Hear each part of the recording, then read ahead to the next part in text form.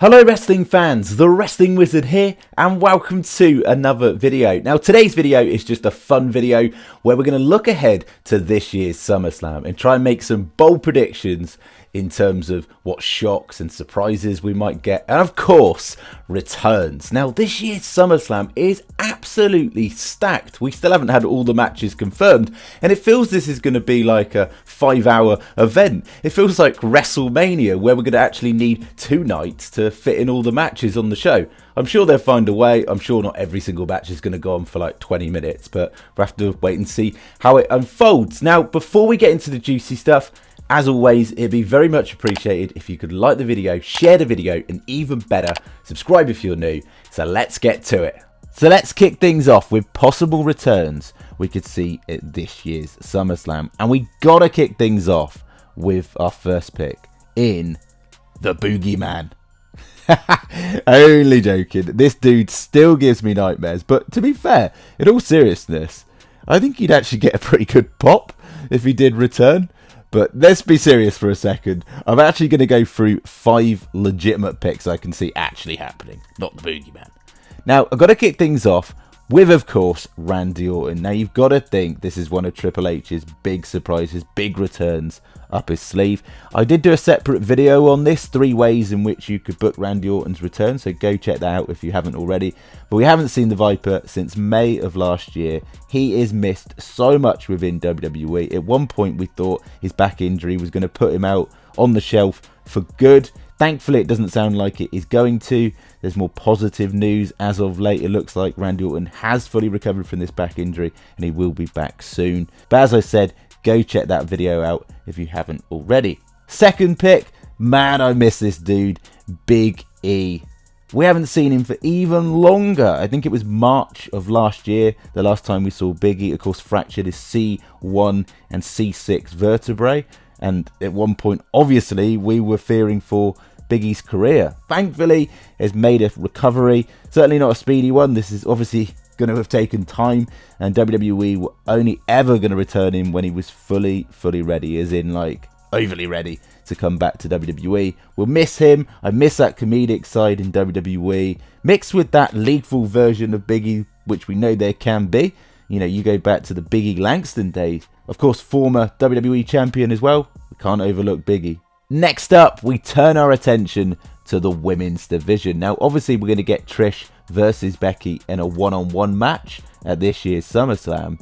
And remember who Trish attacked, who Trish put on the shelf. Her former best friend in Lita, her real-life best friend in Lita. Lita's going to want revenge. Surely she's going to come to the aid of Becky at SummerSlam. Becky gets the victory via a Lita assist. And then, maybe, just maybe, one more time, we can get a one-on-one match between Lita and Trish. Next up, I spit in the face of people who do not want to be cool. Get those apples ready. Surely we're going to see the return of Carlito very soon. We've already seen the return of Carlito to WWE briefly this year, of course, aiding the LWO. But what if Carlito is ready to make a full-time comeback? Allegedly, he signed a contract with WWE and he's back in WWE. I don't know how much of this is actually like 100% gospel, but we'll have to wait and see. But I wouldn't mind seeing Carlito return at SummerSlam. That would be an epic feel-good moment. And that brings me on to my final return pick. You didn't think I was going to leave him out, right? In Bray Wyatt. Now, personally, I've just got this gut feeling at this stage that we might not see Bray Wyatt at this year's SummerSlam. And when you think about it logically, if they bring back the likes of Randy Orton, I think it's probably unlikely they're going to bring back Bray as well on the same show. But it could happen the reverse way. We don't get Randy Orton, we get Bray Wyatt.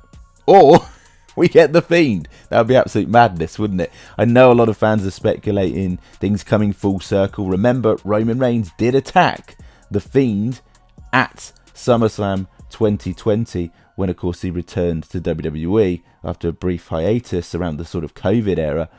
And yes, logic-wise, there's potential for that, but I just don't see it happening. I think the way the Bloodline storyline's angled at the moment, I can't see them inserting Bray into the fold. Maybe if we see a returning Bobby Lashley as well, that's where you can insert Bray, potentially. But I personally feel we probably are more looking like Payback, which could tie in better with the Roman Reigns angle. But again, I'm a little bit hesitant to insert Bray into a major title scene at this stage. I think that can happen down the line. No need to rush it. But to be honest with you, I think the Bray Wyatt return is just going to come completely out of nowhere as a shock and surprise when we least expect it. So maybe he returns at SummerSlam, maybe not, but I'm just saying don't get your hopes up.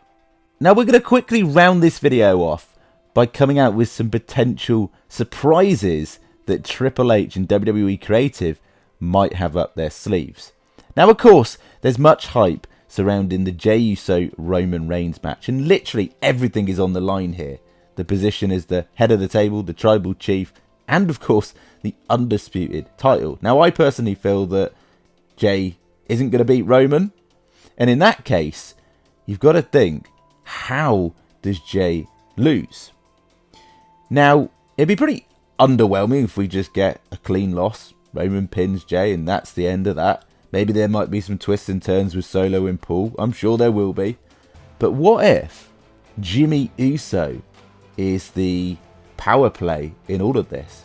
Now, Jimmy Uso is off WWE television at the moment because he's been taken out by Roman and Solo. Now, it's potentially possible that Jimmy Uso returns in time for SummerSlam. And you think he's going to return to AJ Uso. In actual fact, he costs Jey Uso the biggest moment of his life out of pure jealousy. Purely out of the fact that he wants to be the top dog. Remember, he did say, I am the tribal chief. We know that Jimmy wants that power too, for his brother to then look like he's going to be the man in charge of everything. The tribal chief. And that is too much for Jimmy to take. And he super kicks Jey. Costs Jey at SummerSlam. I know it sounds like madness. I know you're probably thinking, Wiz, what are you smoking? But what if? It'd be one of those open-mouthed, shocking moments. It really would. Now, next up, this is absolutely outrageous. This is never going to happen in a million years. But what if The Fiend returned to take out Roman, just like SummerSlam 2020 when Roman returned to attack The Fiend and called him a freak in a mask. Now, allegedly WWE had plans to introduce a faction for Bray Wyatt, and I still think they're going to do that, which is why I don't think at this stage this is going to happen. Potentially this is an angle for Payback coming up very, very soon, but I know fans have been talking about it, speculating about it, especially the Fireflies, so I thought I'd put it out there. But personally, I think this is just more of my dream case fantasy booking scenario, and personally I don't really want to see Bray in the main title scene for a little while yet. I think you can do that down the line. Bray's not a character that actually needs titles. Personally, that's just my opinion.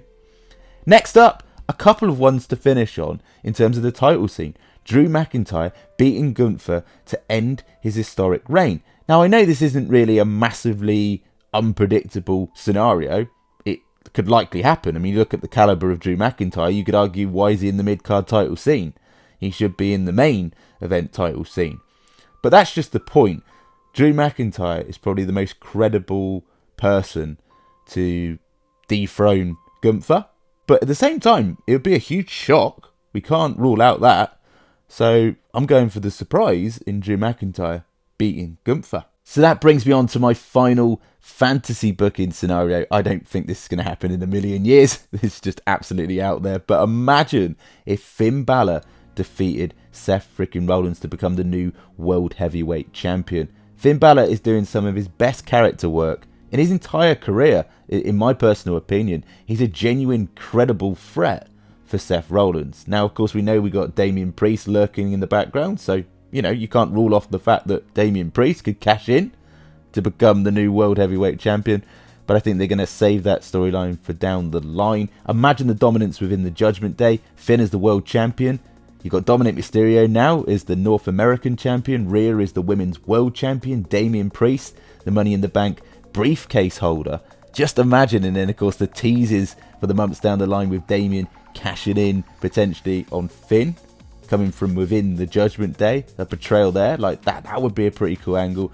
But realistically, let's face facts, Seth's likely to retain, and then hopefully, assuming Roman Reigns is still the undisputed champion, hopefully maybe we get a Survivor Series one-on-one match between Seth and Roman, and Seth gets his rematch for the Royal Rumble 2022, and that would be an epic match. Just think back to the Shield, that would be like 11 years since the Shield's debut, and it's a match that most of us have wanted to see with both of the players at the top of their games. So what do you think? Who do you think is going to return to WWE? What do you think are going to be the surprises that WWE have got up their sleeves? I'm sure they're going to have a few. And as always, it would be very much appreciated if you could like the video, share the video, and even better, subscribe if you're new. Thanks if you watched all the way to the end. Means the world, and we will catch you in the next one.